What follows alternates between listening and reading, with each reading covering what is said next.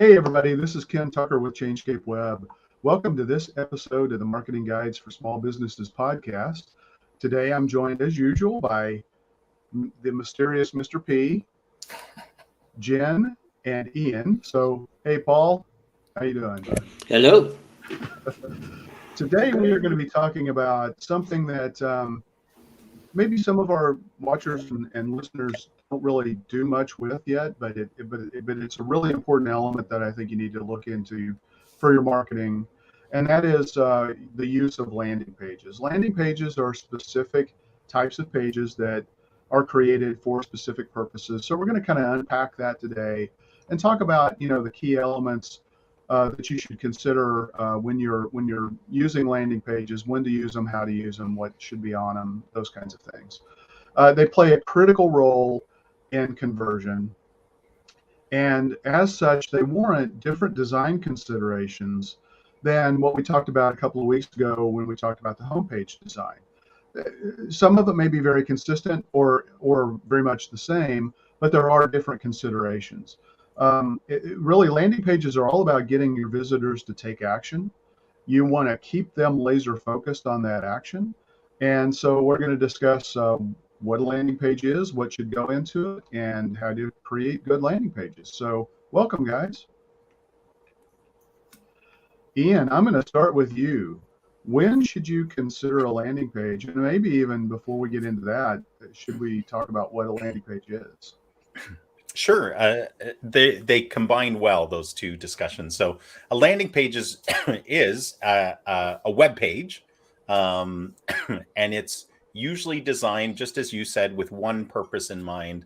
And I'll go into a little bit more detail about this, but really you're just trying to offer a visitor one call to action, one key focus of usually it's a value exchange of some sort where let me describe a use for it or the main use for it.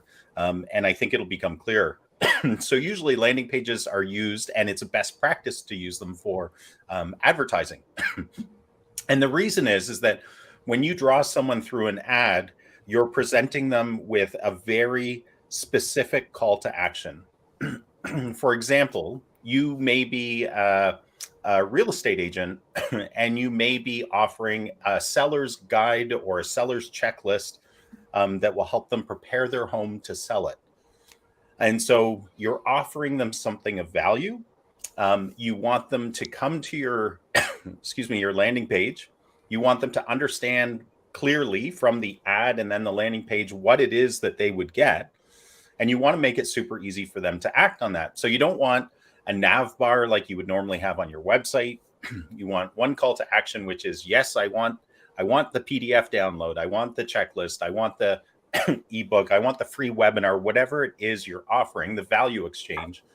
And then the real key call to action is usually a form. And at its simplest, it's your name and email, right? You're trying to make sure that the value exchange is appropriate for what you're offering.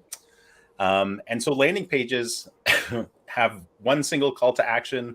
Usually they're for advertising, but you can also use them for things like live events. They're fantastic for that, where you're at a trade show. You want the people that come to your booth to take a specific action.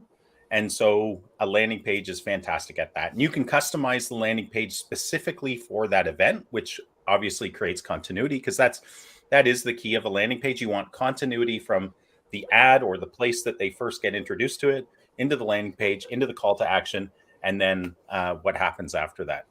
Speaking events, networking events, a promotion, a restaurant offering something, value add, come 5 times and get a free something. And you might want to do that through a landing page sign up form. Yeah. So, a couple of things there. One is just curious, what are your thoughts about, you said name and email address. Do you like to separate first name, last name? Or do you just want to have one field that's that's just name? My preference is always keep it as simple as possible. So usually it's full name, but as long as the caveat to that is that your CRM, your email system that's on the back end sucking that information out, needs to be able to split out a full name into first and last. That's my only caveat to that. So a lot of systems do that now automatically. But yeah, because you're going to want to have the first name separated out, because you'll actually use that first name more than you'll use the last name in follow-up emails like, hey, Ian, thanks for downloading our guide. Yeah, right? personalization. Yeah. Yeah, definitely. The other thing went out of my mind, so maybe it'll come back. Sure. Let's say, oh, I know what it was. So you talked about you might even create different landing pages, and customize that landing page for, if you're going to 3 trade shows, you might customize it for each one of the 3 trade shows. One of the things that we do is, it's great because if you're using a good system, you can clone that page. So you don't have to start from scratch. You've already got a well-designed page that hopefully is working, and we'll talk about how you can figure that out here in just a second. But since it's, we've talked in the past about this concept of duplicate, page content. For landing pages, you don't really care about that. You should be setting your landing pages to no index, I think, is the best practice. And then you can clone the heck out of them. You can make as many copies of them as you want, for different purposes. And you already have 80% of the page done. If it's a good landing page, now or maybe even 90%, all you're doing is changing the title of the event, and maybe everything else is pretty much the same. And, maybe just very slight customization to make it more specific to that event. So is that what you guys do as well? Absolutely. Yeah. And kind of another layer of sophistication, if you really want to get fancy, and of course you get fancy to increase conversions, not to be fancy. And that's to use dynamic content. So you can actually have it so a landing page is dynamically fed from the ad they see. So if they see an ad for, e-commerce, you see this all the time.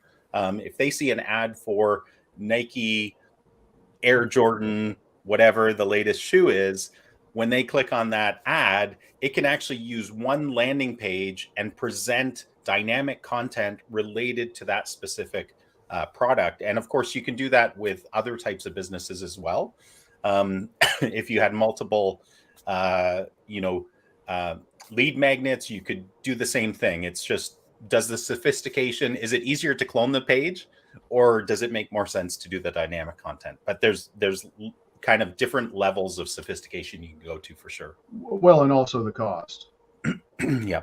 Yeah. But the personalization, like, you can, for example, I use product as an example, but you could even use dynamic content in such a way that you know from their IP address where they're located, right? So you could say, you could actually customize and personalize the landing page to fit their geography or some other aspect, which again, it's all about conversion. So if that raises conversion, which raises the value to the business, then sometimes that makes sense. Assuming the IP address reveals the proper location, because it's for sure B2B, it works really well. B2C, not as well. Right.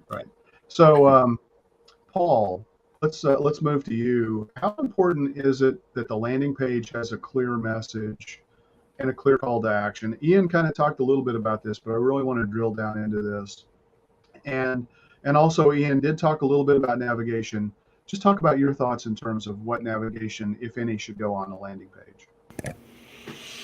Well, yeah, I mean, yeah, it's absolutely important to have a clear message and call to action, because that's why you're sending them there. It's like running a pay-per-click campaign and sending them to your homepage. It's stupid. Doesn't make sense. You should never do that. So yeah, that's absolutely important. The navigation, I agree with Ian, you don't want it up in the header, but I think that depends on what stage of the buying journey they're in, because you can drive people to landing pages at different stages of the buyer journey. And if they're at the top of the marketing funnel that we talk about all the time, I would at the very least put some navigation in the footer, because at that point they may just be checking you out and seeing, maybe they never heard of you before. They clicked on an ad, but they've never heard of you before. Are you a scammer? Are you legitimate?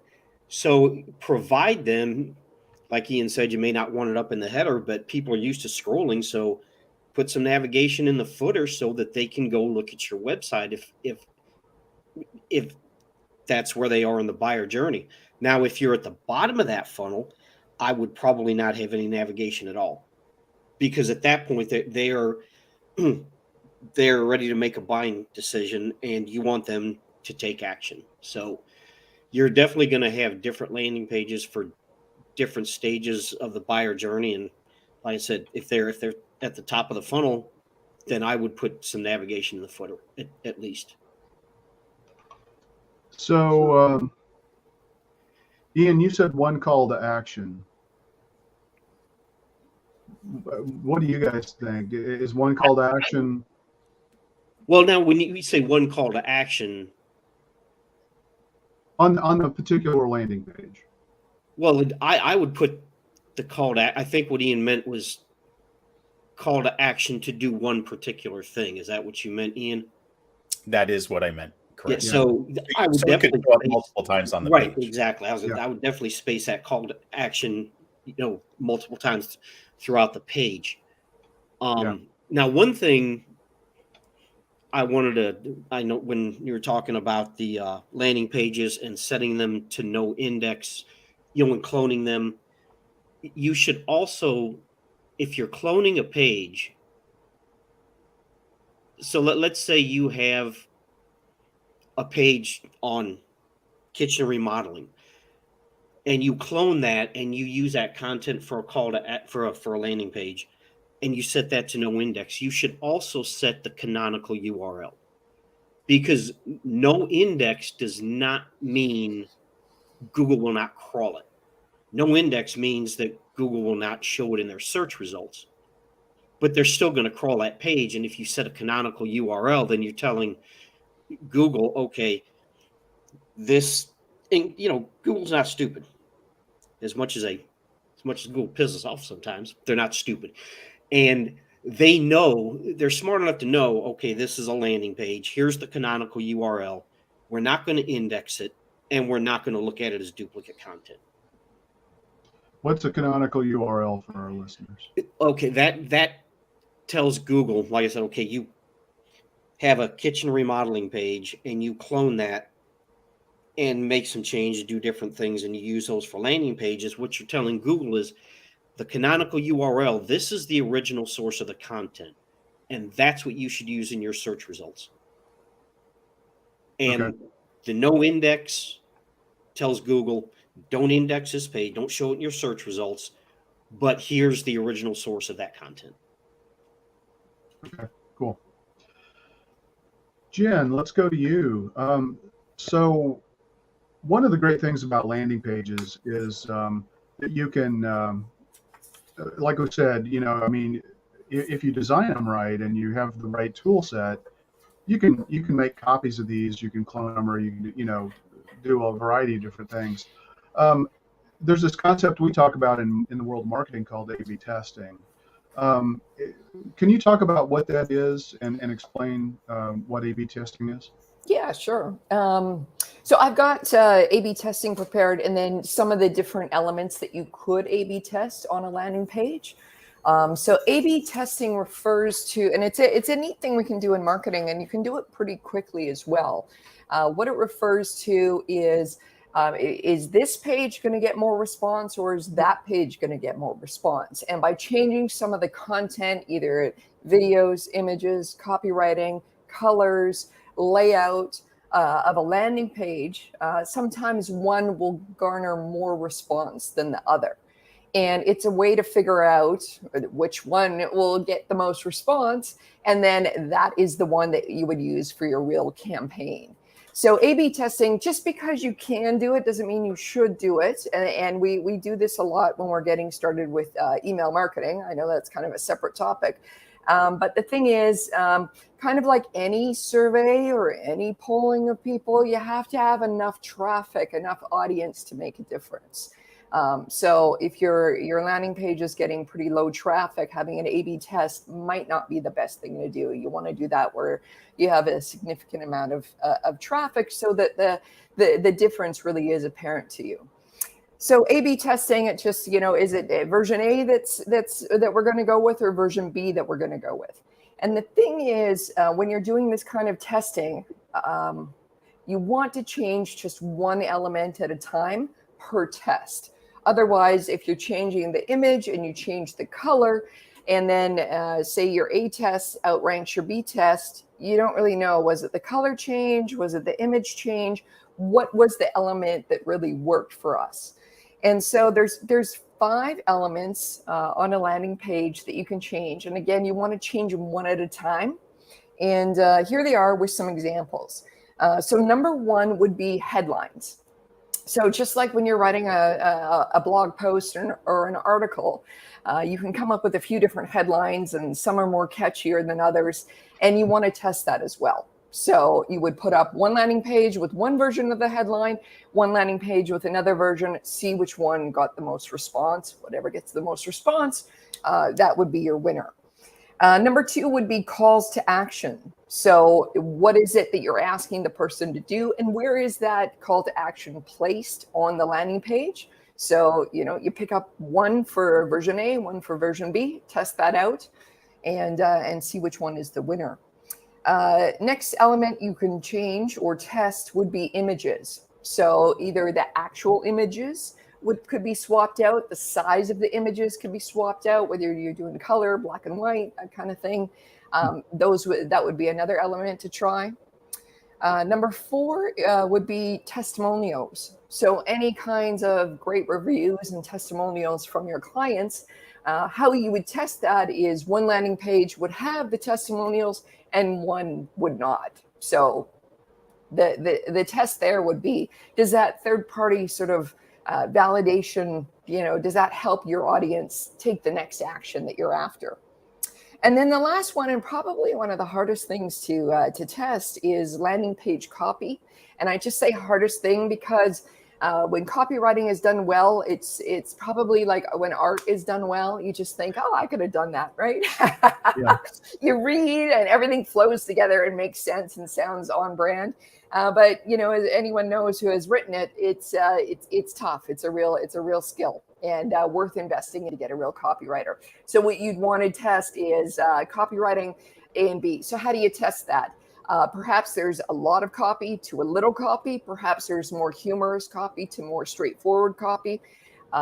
Those would be a couple of examples of how to test landing page copy. So that's A/B testing for you, and those are 5 different elements that you can test. And again, test one at a time. Otherwise, you won't know what it was that tipped the scale in the favor of one of the tests. Yeah. So a couple of questions. One is, do you have any notion of how much traffic is enough traffic to consider doing A/B testing? I mean, any rule of thumb? Anybody? I mean, does anybody have any idea about that? I don't. Okay. No. So the other question that I had was, or a comment I had really was, I'm constantly amazed. And one of the easiest ways to see this in action is when you're doing Facebook ads. When you're doing a Facebook ad, you almost always want to use images, right?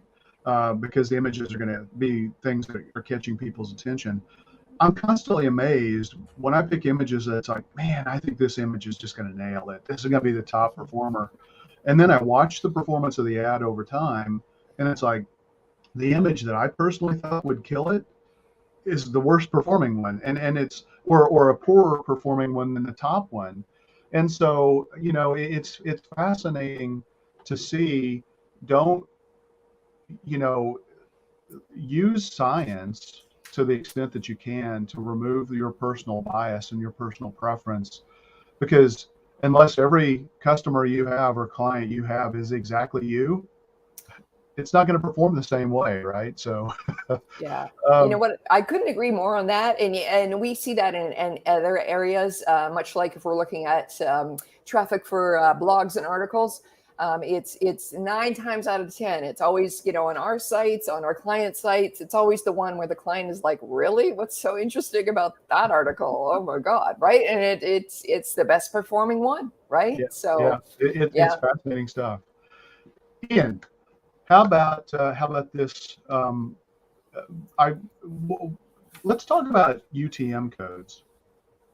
Is there any value? Is there any value for UTM codes? For a landing page. What is a UTM code, and how does that help you out? Hang on, I'm going to Google what it means, what it stands for again. And for Well, urchin what tracking module. Universal. What is it, Paul? Urchin tracking module. It goes back to a company called Urchin that invented the concept, and Google bought them, and the name stuck. All right. And that's So I can tell why you- we always ask technical questions to Paul. So I can tell you That's why your you nerd would moment use- for the day.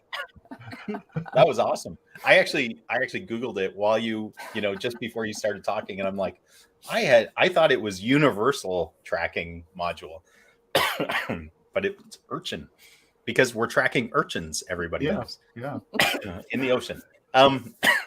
So the reason you would use a UTM, first of all, a UTM code, what it is it's a bit of code that you can set up to mean certain things as an example, from your Google ads, you can say, attach this UTM code to the final URL or web page address that you're sending people to. What the UTM code then allows your system to do, when I was talking about dynamic content, it actually allows your page, if you're using dynamic content, to see what the different codes are in that extended UTM code. So as I was explaining prior, if you wanted to geographically focus or personalize things, and your ad can pull that information out, put it in a UTM code, you can then use dynamic content to then present something different to people, the flag of the state that they're in or whatever it is. So it's really a way to use content or information from an ad, pull it over to a website. And sorry about my throat. That's all right. Does it have any merit in terms of helping you track lead sources? If you're sending people to the same landing page from a couple of different sources. Yep. Absolutely. Yeah.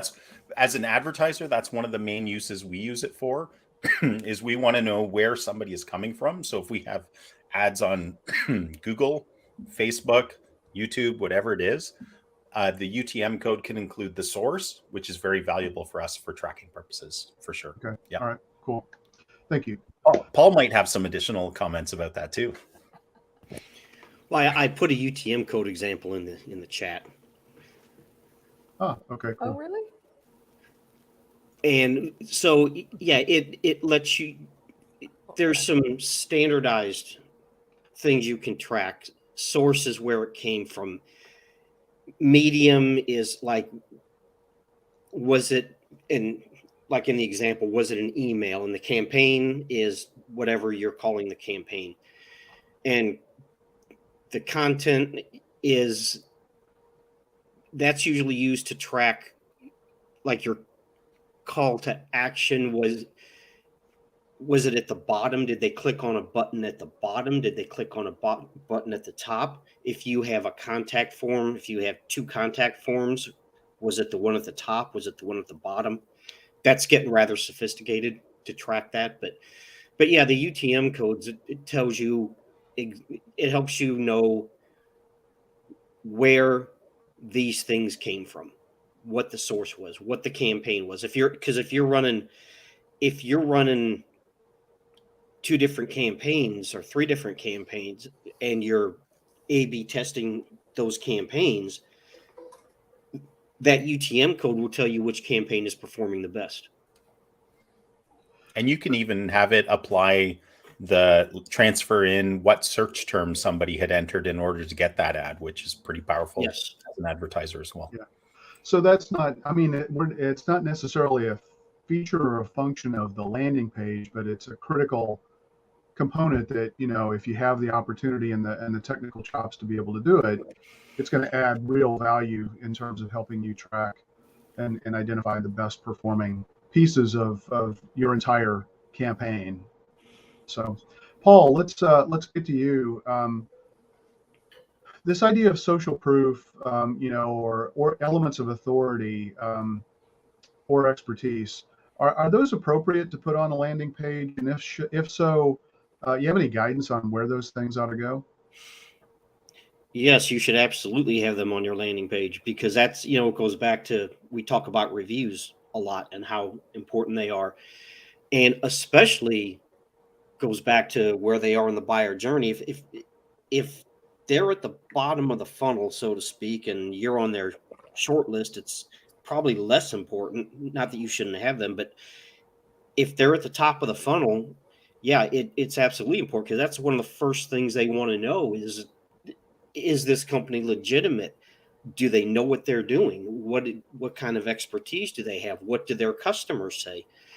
And as far as where they go, they should be spaced throughout the page, I think, but they should definitely be near the top, because that's one of the first, like I said, that's one of the first things people want to know, especially at the very beginning of that buyer journey, at the top of the funnel. That's one of the first things they want to know is this a legitimate company? And if you show that at the top, if you put that way down at the bottom and someone's at the top of the funnel, they may not scroll down and see it. So yeah, they should definitely be on there, and they should be spaced throughout the page, but they should definitely be above the fold, as we say.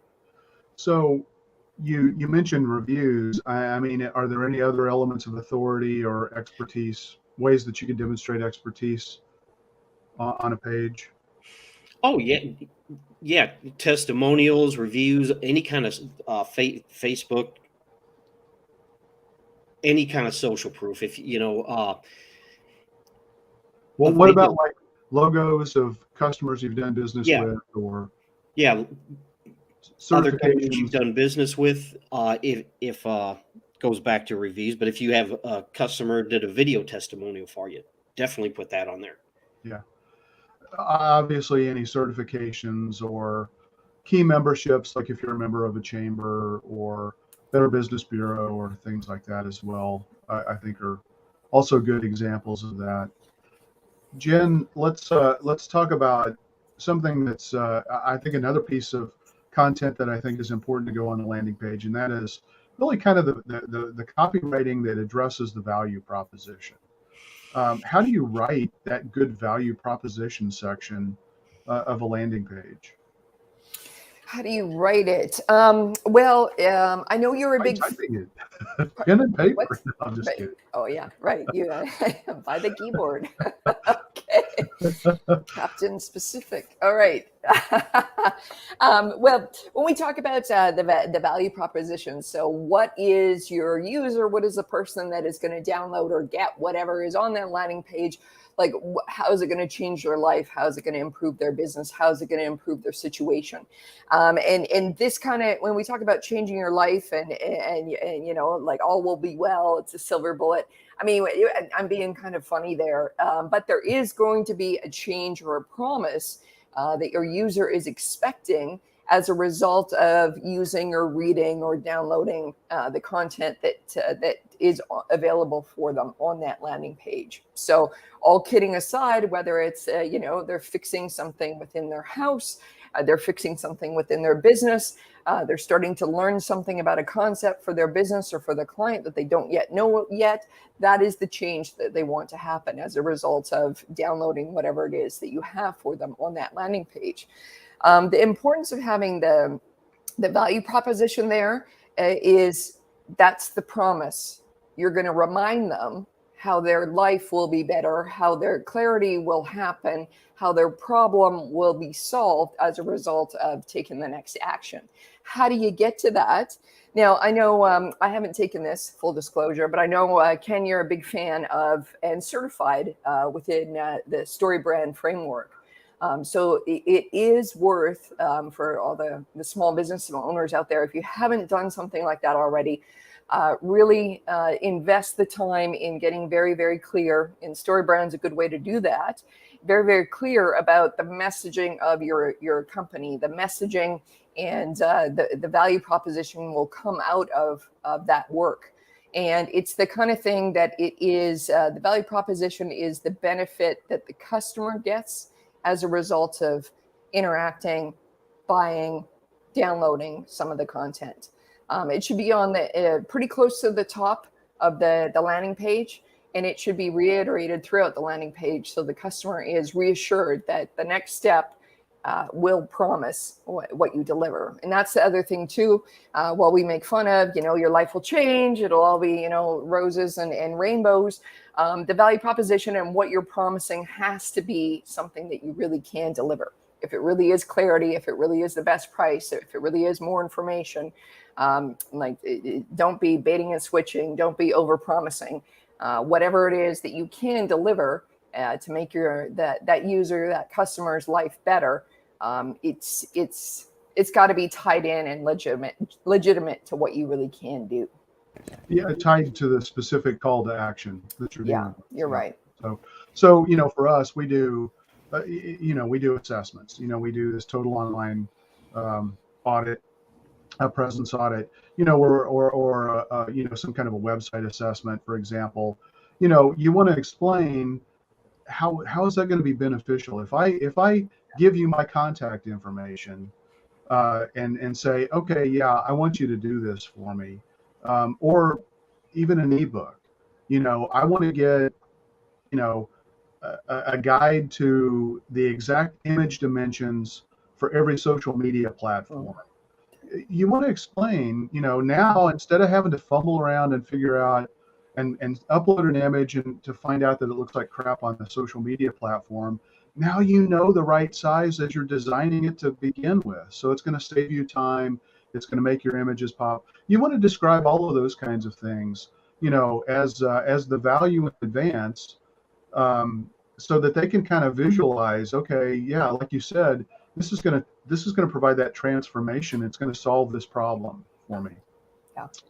And so this kind of leads into it. The lead magnet is that thing that people, are going to the landing page typically to take advantage of.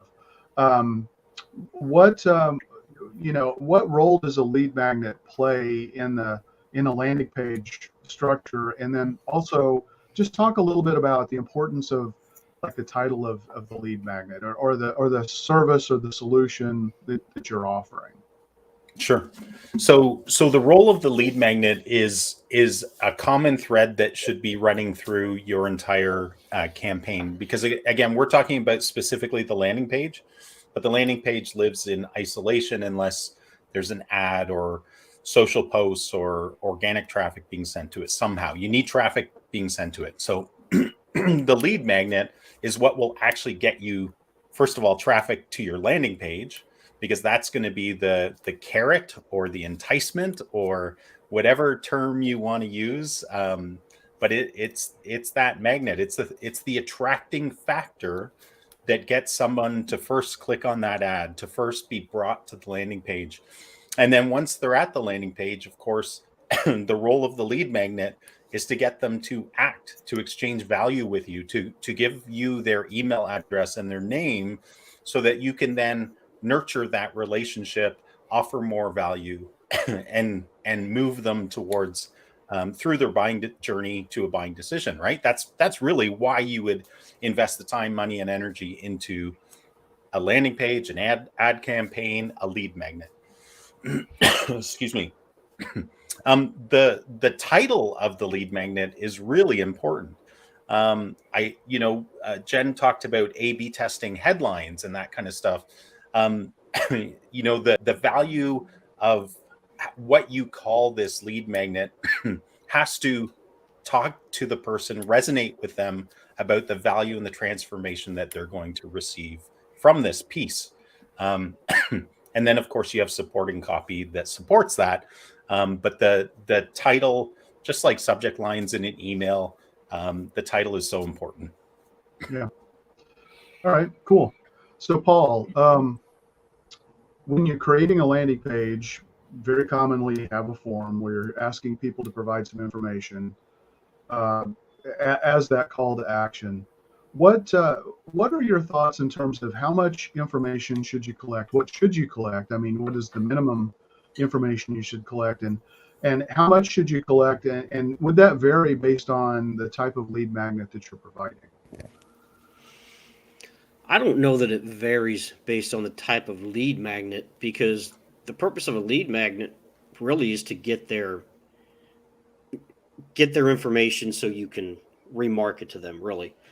And so I would say the minimum that you need, at the very least, you want their email address. I think you should get their name, because if you're going to put them into some kind of nurture sequence and you want to customize that nurture, that message, you're going to have their name. There's some sources that say you should just get an email address, and there's a lot of lead magnets that's all they ask for. But I think the problem with that is all you can do then, you send out a generic message. You can't customize it with their name, which I think is important. So I would say at the very least, first name and email. And I don't think that varies based on what you're offering, because like I said, the purpose is you're going to reach back out to them anyway. And then as you remarket them, as you do an email campaign, whatever you're doing, you can always get additional information later. But you don't need their name, address, phone number. You don't need all that for an email, or for a lead magnet. You just don't need it. And it'll turn people off. It'll make them less likely to fill it out. So having said that, I mean, in my mind, like if you're going to get, and first of all, not every lead magnet is free, right? So there are some paid things that are low cost, but are very potentially high value for somebody, and it's a good way to try, to test people out to see if there's good alignment. So I guess the reason I asked that question is because I'm thinking, if I'm going to have a lead magnet on my website that is, a $99 marketing assessment, or a $249, whatever I might charge for something like that, I don't want to just do that for everybody. I want some pre-qualification to take place. So I may want to ask them some additional information, because one, if it's paid, then there's the concern that you need to deliver even more value because somebody's paying for something. So if it's a marketing assessment, I might ask for, give me your website URL, give me your Facebook page, give me, any other social media accounts you have, something like that. So I think it really just depends on what you're trying to achieve, right? I mean, in a try kind of a landing page scenario where you're trying to get somebody to actually give you money to make that first small transaction, because once they give you money, it's easier for you to get them to spend more with you, to come back and be a customer with you again if they have a good experience. If that's your goal, then I think it's appropriate to ask for more qualifying information. We work with, home remodeling contractors, and, sometimes they're giving a free estimate, and to maximize the number of forms that are submitted, sure, you want to minimize the information you're asking for, but you need to kind of monitor that, engage that, in my opinion. And Paul, you may have different thoughts. I'd love to hear them. But it's like, if you're offering a free estimate, then sometimes maybe it's worth saying, what's your address? Because why even bother with it if it's not even in an area that you serve? What is the square footage of your property, or, how old are your windows, depending on whatever, home improvement project it might be. Really to make sure that it's a valuable lead, because after all, the whole purpose of a landing page is to generate leads. Well, yeah, I guess it's just my thought process that if it's a free estimate, I don't look at that as a lead magnet. I look at that as they're asking for an estimate, and in which case, yes, absolutely, you're going to ask for a lot more information. To me, a lead magnet, and now what you said about some kind of paid consultation, that yes, that's different. But to me, a lead magnet is you're just trying to get your foot in the door, like you said. You're just trying to get them to do something, download a checklist, take a survey, whatever it is. And in those situations, I think the less information you ask for, the more success you're going to have. Now, yes, if it's a paid kind of thing, you can probably you can ask for more information, because I mean, if they're going to give you if they're going to give you their money, then they're probably going to be more willing to give you information. If it's if it's, like I said, downloading a checklist, taking a survey, then I think the less you ask for is better. We have a general rule. We always look at this as a value exchange. So think of a scale, a balancing scale, where you put one thing on one side, another thing on the other side. We want that scale to be equal in this value exchange. And so I tend to side or consider things lead magnets to me.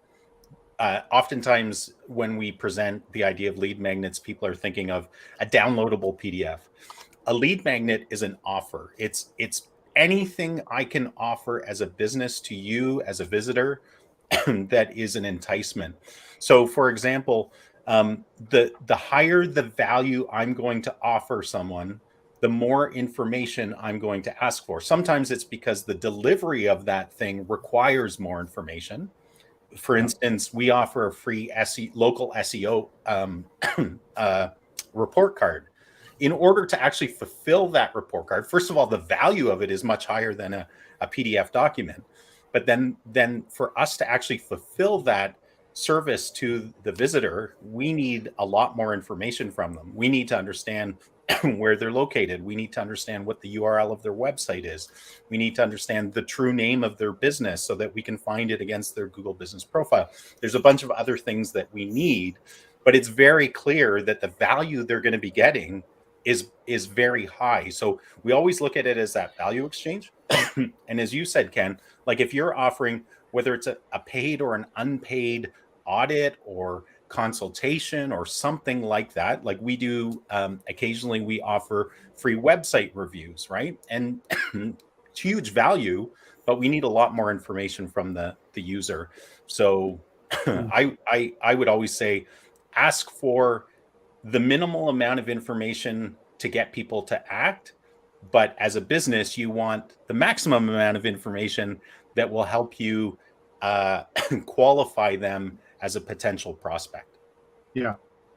So really, I guess what I was trying to get to is there's not any one right answer. It really depends on what are you trying to accomplish and what is the nature of the lead magnet or the offer that is out there. Yeah, and if you're finding that you're attracting people to your landing page, but they're not actually completing the form, then take out some of the requirements, right? Keep reducing it down to whatever's going to get people to act, and then you might have to do more on the back end of the funnel, but that's okay.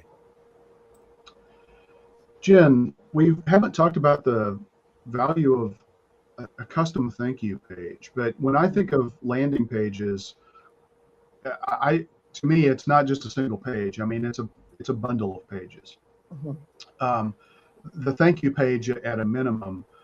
Can you talk about what a custom thank you page is, why it's valuable, and what you might be able to do with additional pages in the sequence of following your landing page? Mm-hmm. Sure. Yeah. So to explain what a landing page is, so let's pretend the lead magnet is a downloadable PDF. Let's just go with that one. So as soon as you enter your information and click, the download, typically what happens is another page comes up that says, "Thank you. Your download is ready for you." And here's where there's all kinds of forks in the road. So a pretty low level thank you page, and I'm sure we've all experienced it, is "Thank you, watch your email for the download." And so you're watching your email because you're in the zone to get this information right now. And I'm looking at my second screen, and the thing doesn't show up for 10 minutes or 30 minutes or whatever. And so in between that time, you as a user is wondering, did this work? How long should I wait? It didn't say. I don't have the information right now. I'm ready to, get on with my learning or take the next step. And, it's just stalled there. And the problem with that in that kind of process is you could lose the attention of your potential customer. Boom, they're off doing something else, and you kind of lost it there. So what's your recommendation there? The recommendation would be to have a very good custom landing page, which would mean in my case, which I would suggest, is that you have the downloadable item right there. So thank you, here's your item, as well as sending it to the email as well. So double duty on that. If they want to download it right now, there we go. As well, even though we talk about the funnel and the fact that not everybody's ready to buy right now, there will be a small percentage of people that are ready to buy right now. So what can they do right now to take the next step? There's also another bunch of people that are ready to take several different steps. So are they going to watch a video? Are they going to learn more about your company, about your offer? So your thank you page can lead them further down the funnel by showing them different information now that you've secured their interest in your downloadable content. So with the thank you pages, now I do know we just had this experience the other day. We were using a system and the thank you page that came out, frankly, this was on an email marketing system. It was not customizable, and it's a real disservice to your users in order to be able to, capitalize on their enthusiasm to take the next step. So anyways, all of that ramble to say a thank you page has to have the downloadable content available there. It's got to be sent to the email as well. If you have videos, if you have other pieces of content, if you have other information that can be on that thank you page to help the person come down the funnel, have that there as well. Yeah. One thing too I want to add to that is, from a remarketing perspective, having a custom landing page where somebody's on that page, they're only getting there because they submitted the form to claim that that lead magnet.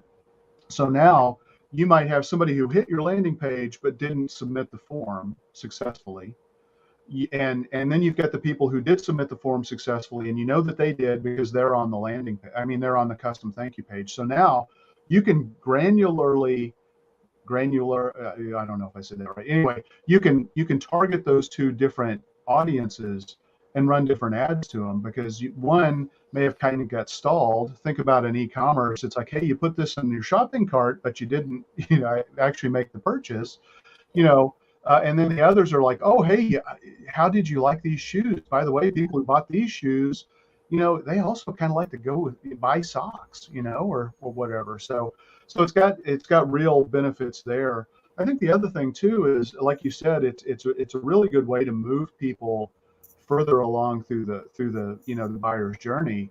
And I know you and I, follow some people who talk about, if you're going to use some kind of a resource, especially something that people are going to have to take time to read, it's like one of the things I would do and have done and consider doing every time I create some kind of a PDF that somebody's going to have to read or review is, hey, skip having to read this and sign up to watch this webinar or this video, or you know what? Why don't you just go ahead and book an appointment and let's just kind of talk, and I'll talk you through what is in this PDF, and so you can do different things like that. So you can have a booking calendar on your thank you page, which is a really common practice that I do, to get people to say, yeah, I'm kind of interested in this. And it's like, okay, you know what? Yeah, I probably just ought to go ahead and talk to this guy. So there are a lot of cool things that you can do. Don't just stop at the landing page and take the easy way out and say, hey, thanks for filling out our form as a message that you display. You can do that, but that's really limiting yourself. Let's see. I've got a couple other questions. Oh, go ahead. There's another reason to use a thank you page is for for tracking capabilities. There's a lot of sources out there that they'll say, you don't need a thank you page, just track the button click. Well, the problem with that is, what if you have required fields and they don't fill that out and they click that button? Well, Google's going to track that as a click. Then they go back and fill in the required fields and they click it again. Now in your analytics, that's going to show up as 2 conversions. Oh. Yeah. Okay, cool. So here's one that I'm curious to get your guys' thoughts on. This is for all of you guys on the panel. How long should a landing page be? In terms of, number of words. I'm not exact number of words, but I mean, are we talking 200? Are we talking 2,000? Longer than that? Somewhere in between? What do you guys think?